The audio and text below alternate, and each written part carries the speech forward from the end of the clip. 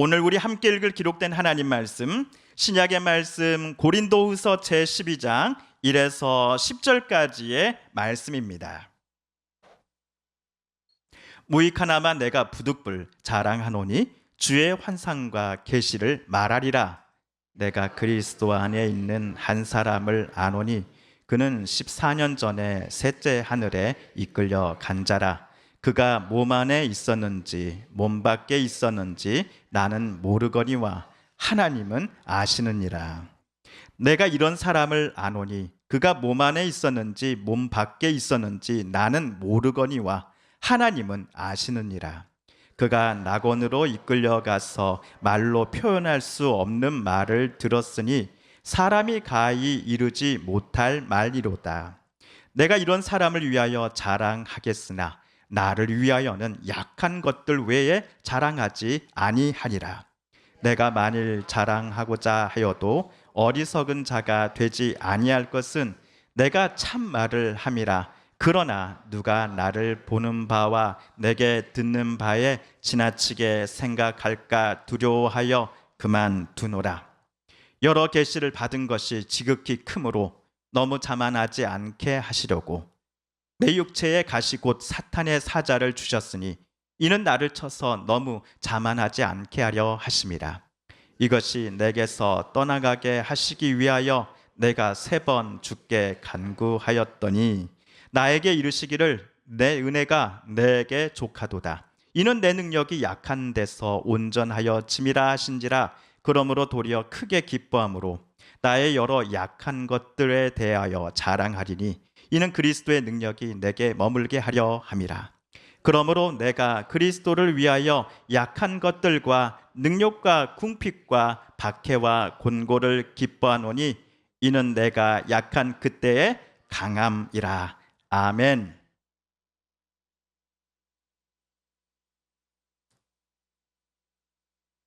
겸손은 동서 고금을 막론하고 수천 년 동안 우리 인류에게 미덕으로 인정되어 왔습니다. 노자는 도덕경 67장에서 이렇게 말을 합니다. 나에게는 3가지 보물이 있다. 첫째는 자비요, 둘째는 검소요, 셋째는 겸양이다. 인생의 중요한 덕목 중에 사람이라면 반드시 품고 있어야 할 보물과 같은 것으로서 겸손을 꼽는 사람은 비단 노자만은 아닐 것입니다. 그러나 오늘날 시대에 PR, 즉 자기를 적극적으로 남에게 소개하고 자랑하는 것이 당연한 시대가 되었습니다. 누구의 말처럼 겸손이 힘든 시대가 되었습니다. 다음은 광주일보 2016년도 9월 1일자 신문에 실린 글입니다. 어떤 할머님이 고급 노인 요양원에 들어가셨습니다. 고급 실버 요양타원이면 입주하신 어르신분들께 최고의 환경 또 최고의 서비스를 제공하는 곳이지요.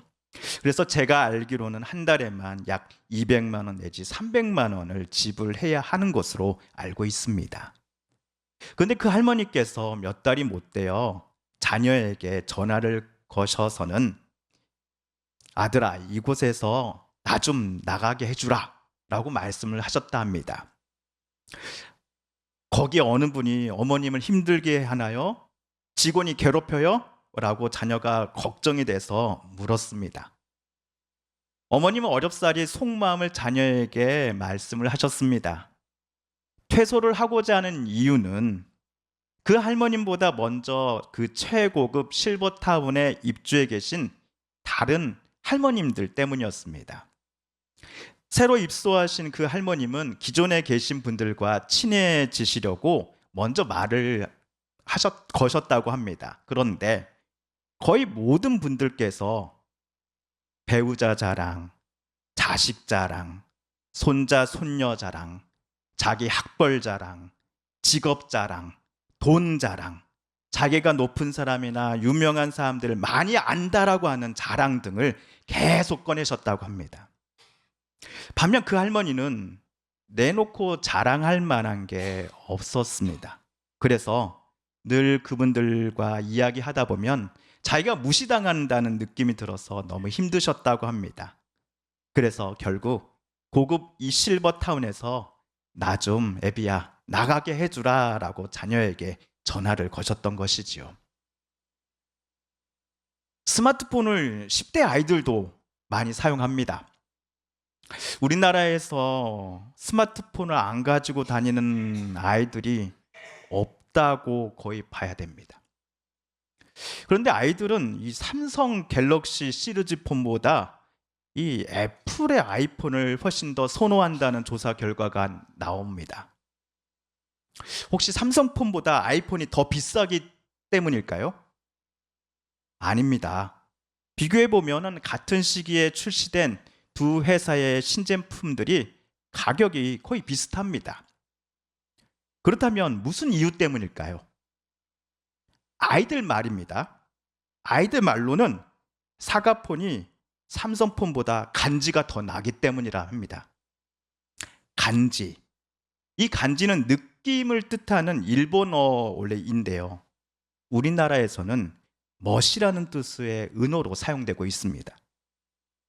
90년대나 2000년대 초반만 하더라도 못에 죽고 못에 사는 시대였습니까? 폼에 죽고 폼에 사는 시대였죠. 그러나 요즘 아이들은 간지에 죽고 간지에 사는 아이들입니다. 인간은 대개 자기를 다른 사람의 눈을 통해 본다라고 쇼펜하우어라는 철학가는 그의 책 인생론에다가 썼습니다. 쇼펜하우어는 자기 자신의 정체성을 제발 남들의 판단에 맡기지 말고 본인 스스로 성찰할 것을 주장을 했습니다. 그러나 요즘 MZ세대로 불리는 젊은 세대는 물론이요, 기성세대도 예외 없이 핸드폰, 차, 직업 등등으로서 남에게 나는 이런 사람이요를 인정받고 싶어하는 경향이 강한 게 사실입니다. 한편 오늘 아침 우리는 신약의 고린도 후서 12장 1에서 10절까지를 함께 읽었습니다. 학자들에 따르면 사도 바울은 고린도 교회에 총 4통의 편지를 보냈다고 합니다. 이들 4통 중에 2통만이 우리에게 남아있는데 두 번째로 보낸 편지가 고린도 전서요, 그리고 제 4번째 편지가 고린도 후서입니다. 이 4번째 편지를 주 55년 또는 56년경 바울이 마게도냐에 머물 때 썼다라고 학자들은 주장을 합니다. 주 55년 내지 56년이면 예수님께서 30몇 년도에 돌아가셨고 또 그 시대라 하면은 로마 제국 시대입니다. 여기서 저는 한 가지 궁금증이 하나 생겨났습니다. 지금이 2024년도인데 지금으로부터 약 2000년 전 바울이 선교 여행을 다녔던 이 로마 제국 시대에는 겸손이 미덕이었을지가 갑자기 궁금한 겁니다. 우리 성도님들은 어떻게 생각하십니까? 2000년 전 겸손이 미덕이다. 아니다. 겸손은 미덕이 아니었을 것이다. 이 둘 중에 어느 것이 바울 당시의 상황과 적합한 설명이다라고 생각하십니까? 제가 조사한 바에 따르면 정답은요, 사도 바울이 살았던 당시 로마 사회에서 겸손은 미덕이 아니다였습니다. 자부심, 명예, 영광을 추구할 수 있는 개인의 뛰어난 능력이 높게 평가받던 시대였습니다. 반대로 자신을 낮추거나 겸양하는 것, 즉 겸손의 모습을 보이는 사람을 가리켜서 당시 사람들은 어떻게 생각했는지 아십니까? 저 사람이 연약하기 때문에, 저 사람이 능력이 없어서, 남들에게 말 못할 비굴함을 갖고 있어서 저러고 있다라고 간주했던 것입니다. 그래서 겸손한 사람은 당시 사회 구성원으로부터 존경을 받지 못했습니다. 그러니 바울 당시에는 존경까지는 아니더라도 남들로부터 손가락질 받고 싶지 않다면 자기 자신에 대해 작은 것 하나라도 남에게 자랑해야만 했던 것입니다. 그런데 우리 성도님들은 오늘 본문 읽으실 때에 어떤 단어를 바울이 편지에다가 여러 번 반복해서 썼는지 벌써 알아채셨을 겁니다. 그 단어가 무엇입니까? 바로 자랑입니다. 자랑이란 단어를 바울은 총 5번 사용했습니다. 그중 첫 번째가 오늘 1절에 나옵니다. 1절과 2절을 우리 세 번역으로 다시 한번 읽어볼까요? 시작. 자랑함이 나에게 이로울 것은 없으나 이미 말이 나왔으니 주님께서 보여주신 환상들과 계시들을 말할까 합니다. 나는 그리스도를 믿는 사람 하나를 알고 있습니다. 그는 14년 전에 셋째 하늘에까지 이끌려 올라갔습니다. 그때 그가 몸 안에 있었는지 몸 밖에 있었는지 나는 알지 못하지만 하나님께서는 아십니다.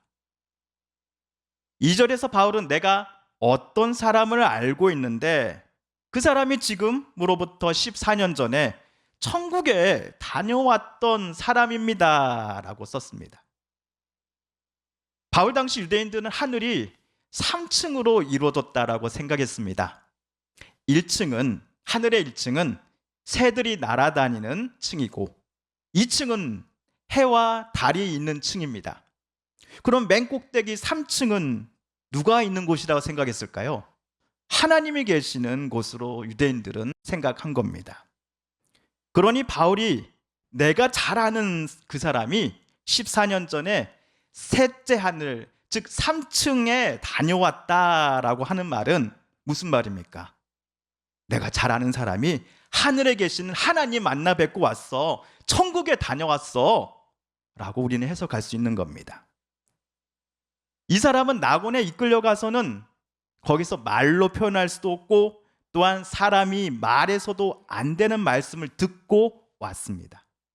4절을 헬라 원문에 충실해서 그 느낌을 반영해서 다시 번역해 보면 하나님께서 그 사람에게 말씀하시기를 오늘 여기서 내가 들은 것을 너는 남들에게 절대로 말해서는 안 된다가 되겠습니다.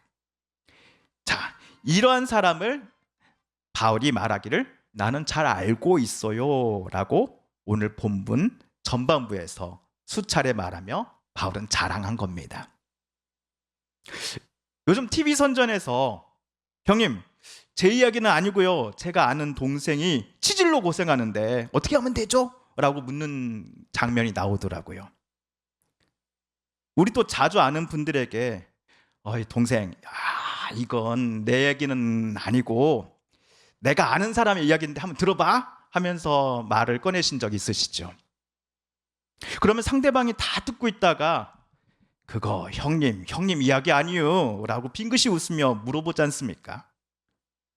마찬가지로 바울이 오늘 편지에다가 3층 하늘에 올라가서 천국에 계신 하나님 뵙고 하나님 음성 듣고 왔다라는 그 신비한 경험을 한 그 사람이 실은 바울 자신임을 우리 성도님들께서는 제가 말씀드리기도 전에 이미 알고 계셨을 겁니다. 고린도전서를 보내고 나서 얼마 후 바울과 고린도 교회 사이의 관계에 있어서 큰 풍파가 찾아옵니다. 고린도 교회는 바울이 제2차 선교 여행 당시에 고린도에 세운 교회입니다. 초기에 고린도 교회는 바울을 신뢰했고 바울은 고린도 교회를 사랑했습니다. 그런데 바울이 고린도 교회를 몇 년간 비운 사이에 교회 안에는 거짓 교사들이 새롭게 들어오더니 바울이 심어놓았던 그 복음의 씨앗의 열매들을 다 뽑아가려고 했습니다. 이들 거짓 교사들은 고린도 성도들 앞에서 바울을 맹비난했습니다. 거짓 교사들은 바울의 외모와 말투를 가지고 그를 비난했습니다. 바울은 못생겼다, 키가 작다, 대머리다, 말주변이 없다. 말씀드리고 나니 이 중에 몇 가지 저한테 많이 걸립니다. 그리고 틈만 나면 신비 체험을 우리들은 수없이 했다라고 고린도 교회 성도들에게 자랑했습니다. 누가요? 거짓 교사들이.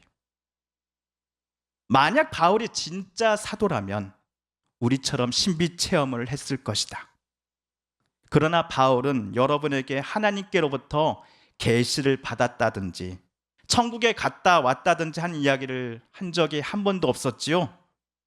그렇다면 바울은 진짜 사도가 아닙니다. 그는 사기꾼입니다. 라고 성도들을, 거짓 교사들이 선동해왔던 것입니다. 이에 고린도 교회는 바울을 버리고 거짓 교사들의 편에 섭니다. 놀란 마음에 바울이 고린도 교회를 다시 방문했을 때 고린도 교회가 어떻게 했는지 아십니까? 그를 내쫓아 버립니다. 다행히도 시간이 흘렀을 때 고린도 교회 사람들은 바울의 진심을 알아줍니다. 그리고 거짓 교사들에게 선동당했던 자신들의 모습을 회개했고 이제는 거짓 교사들을 교회 밖으로 내쫓습니다. 이 소식을 듣고서 바울이 고린도 교회에 편지를 다시 써서 보냈으니 그 편지가 바로 고린도 후서입니다. 바울도 이번 편지에서만큼은 그 거짓 교사들이 자랑해왔던 계시와 환상보다도 훨씬 더 크고 차마 말로 표현할 수 없을 정도로 그렇게 큰 환상과 계시를 본 사람이 나 바울이요라고 바울도 말하기를 애써 감추지 않았습니다. 그러나 오늘 본문에다가 당당하게 환상과 계시를 보고 들은 사람이 저 사람이요라기보다는 나 바울이요라고 말했다면 더 좋았을 뻔했습니다. 그럼에도 바울은 그 경험을 한 사람이 자기가 아니라 마치 제3자인 것 마냥 오늘 소개를 합니다. 여러분, 혹시 지금 바울이 소개하는 14년 전 자신이 경험했던 이 신비 체험이 사실은 그가 지어낸 이야기였기 때문에 환상과 계시를 받았다고 하는 사람이 제3자인 것처럼 바울은 써내려 갔던 것일까요? 그것은 아닙니다. 오늘 6절 3반절을 세 번역으로 한번 같이 읽어봅니다. 시작. 내가 자랑하려 하더라도 진실을 말할 터이므로 어리석은 사람이 되지는 않을 것입니다. 바울이 소개한 14년 전 그 사람의 체험은 절대로 거짓말이 아니다라는 것입니다. 그렇다면 당시 로마 제국 사회가 본인에 대해 자랑하는 것을 나댄다, 사람이 가볍다라고 전혀 생각하지 않고 오히려 장려하는 분위기였기에 바울도 속 시원하게 나도 천국에 다녀온 사람입니다 라고 편지에 쓴다고 해도 고린도 교회 성도 중 어느 누구 하나 바울을 천박한 사람이다라고 비난하지 않을 것입니다. 고린도 교회 성도들 중에 그동안 바울이 사도로서 자격을 못 갖춘 사람이다라고 비난해왔던 사람들도 방금 바울이 경험한 이 신비 체험 때문에라도 바울의 사도권을 다시금 존중하기 시작하였을 것입니다. 하지만 바울은 14년 전 신비 체험을 가지고서 더 이상 고린도 교회 성도 여러분께 말하지 않겠습니다라고 합니다. 앞으로도 나 바울은 다시는 그 체험을 여러분 앞에 자랑하지 않겠습니다라고 말합니다. 대신 5절을 보시면은 사도는 앞으로 무엇을 자랑하겠노라고 썼습니까? 나 자신을 두고서는 내가 가진 약점밖에는 자랑하지 않겠습니다라고 또 사도는 기록합니다. 뭔가를 한 가지라도 자신에 대해 자랑하는 것이 바울 당신이 선교를 감당할 때 또는 어른께서 사도라는 것을 다른 이들에게 증명해 보일 때 분명 이익이 될 것입니다라고 주변 사람들은 그에게 조언했겠지요.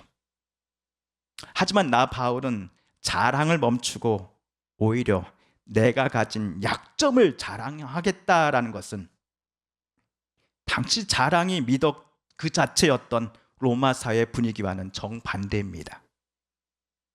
약점을 자랑한다고 하는 그의 말이 가까스로 회복된 바울을 향한 이 고린도 교회 안의 신뢰도를 다시 떨어뜨리게 만들 수 있는 건수가 될지도 모릅니다.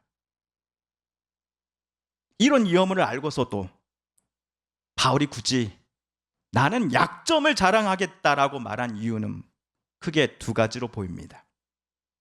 첫째, 그가 14년 전 진짜로 체험했던 이 신비 체험이 바울과 고린도 교회 둘 모두에게 아무런 이익이 되지 않는다라고 바울은 판단했기 때문입니다. 그리고 둘째 이유는 9절에 나옵니다. 9절은 제가 큰 소리 읽어보겠습니다. 그러나 주님께서는 내게 이렇게 말씀하셨다. 내 은혜가 내게 족하다. 내 능력은 약한 데서 완전하게 된다. 그러므로 그리스도의 능력이 내게 머무르게 하기 위하여 나는 더욱더 기쁜 마음으로 내 약점들을 자랑하려고 합니다. 바울이 자랑하겠다라고 한 약점이란 그리스도 때문에 그동안 사도가 받아왔던 능력과 궁핍과 박해와 곤고를 가리킵니다. 또는 7절에서 나오는 하나님께서 바울에게 주신 육체의 가시이기도 합니다. 이 가시에 대해 학자들은 약한 시력 또는 편두통이나 말라리아 열병이라고 추정하기도 합니다. 우리말 가시로 번역된 헬라어 단어는 뭔가를 땅바닥에 대고 망치로 박는 이 말뚝이라는 뜻을 가지고 있습니다. 이런 말뚝을 하나님께서 누구에게 주셨다고요? 바울에게 주셨다라는 것은 하나님의 뜻이 바울의 인생 깊숙이 망치로 때리듯이 관통하여 박혀 있다라는 의미일 것입니다. 그러니 도저히 바울로서는 스스로 통제할 수 없는 이 날카롭고 고통스러운 어떤 것이 바울을 평생 따라다녔다라는 것을 표현하기도 합니다. 예수를 위해 살지 않았더라면, 예수를 닮아서 살지 않았다고 한다면 바울은 위와 같은 가시들을, 약함을 받지 않았을 것입니다. 그럼에도 이것이 왜 바울에게 자랑거리가 된다라고 사도는 말했습니까? 이유는 간단하면서도 단호합니다. 그리스도의 능력이 나 바울에게 계속 머무르게 하기 위하여, 그리고 그리스도를 위하여 나 바울은 내가 가진 약점들을 앞으로도 자랑하겠습니다라고 그는 쓴 것입니다. 바울이 연약한 그때 나는 오히려 강했습니다라고 말할 수 있는 이유는 그리스도께서 바울의 인생을 강하게 붙잡아 주시고 인도하셨음에 바울이 기쁨으로 순종했기 때문일 것입니다. 하나님 아버지의 큰 능력과 놀라운 역사는 오히려 바울이 연약할 때에 완전하게 될 것임을 그는 수없이 체험했기 때문일 것입니다. 그러므로 바울은 14년 전 경험했던 이 신비 체험 때문이 아니라 그리스도 때문에 연약해졌고 그리스도 때문에 모욕과 박해와 곤란을 당했으나 그리스도가 자기 속에 머물고 또 함께 하심으로 인하여 바울은 오히려 기뻐했던 지난날의 삶에 고린도 교회 성도들이 주목해 줄 것을 요청합니다. 그리하여 고린도 교회 성도들도 그리스도 때문에 연약해질 수 있으나 궁핍해질 수 있으나 손해볼 수 있으나 오히려 그들을 강하게 하시는 그리스도를 바울 나처럼 경험하게 되기를 노사도 간절히 바라며 오늘 편지를 썼던 것입니다. 그리스도를 알기 전에는 나만 배부르면 됐습니다. 우리 가족만 행복하면 됐습니다. 근데 예수를 알고 나고 예수와 함께 지내고 주님께 기도하면서 점점 나보다 약하고 힘든 이들이 보이기 시작합니다. 그들을 위해 내 것을 조금씩 나누다 보니 누가 보기에는 손해보는 짓을 하고 있다라고 말하겠지요. 예수를 알기 전에는 부정과 또 곤모 설수에 눈 감았습니다. 왜냐? 나도 먹고 살아야 하기 때문에.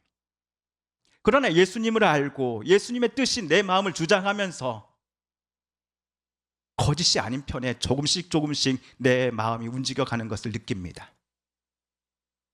사람이 많으면 많을수록, 부정하는 사람이 많을수록 그 속에 있는 나는 약자입니다.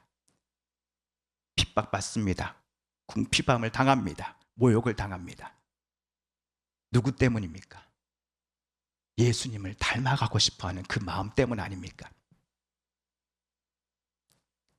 사랑하는 성도 여러분, 혹시라도 저와 여러분 중에 예수 그리스도 때문에 모욕과 곤란함을 당하시는 분은 계시지 않습니까? 그렇다면 오늘 바울이 고린도 교회에 보낸 편지에서 10절 박해와 공고를 기뻐하노니 이는 약한 그때에 내가 강함이다라는 이 바울의 고백을 절대로 잊지 말아 주십시오. 그리스도 때문에 받았던 능력과 멸시, 박해와 같은 것들을 내가 오히려 자랑할 수 있는 이유는 내 속에 하나님의 아드님이신 그리스도의 능력이 역사하실 것이기 때문입니다라는 바울의 고백을 우리는 늘 기억하며 살아야 할 것입니다. 우리 고린도후서 13장 4절을 함께 읽어볼까요? 시작. 그리스도께서 약하심으로 십자가에 못 박히셨으나 하나님의 능력으로 살아계시니 우리도 그 안에서 약하나 너희에게 대하여 하나님의 능력으로 그와 함께 살리라. 아멘. 하나님의 능력으로 그와 함께 살리라. 하나님의 이름을 의지하며 하나님을 찾고 부르짖는 이들에게 하나님은 지혜와 용기를 허락해 주실 것이다. 그를 살려주실 것이다 라고 바울은 오늘 말했습니다. 그러니 사랑하는 성도 여러분, 오늘 또 우리 기쁠 때나 슬플 때나 어느 때든지 우리 모두 하나님만을 바라보고 하나님만을 의지하며 살아가십시다. 우리가 약할 때에 주님이 일하십니다. 우리가 약할 때에 하나님이 우리와 늘 함께 하심을 믿는 이들에게 오늘 또 복과 은혜를 주실 것입니다. 함께 기도합니다. TV CF, 라디오 CM, 선거 홍보 영상, 기업 홍보 및 기록 영화를 전문으로 기획, 촬영하여 제작하는 산여울 기획은 1등 제품을 2등 가격으로 공급합니다. 산여울 기획.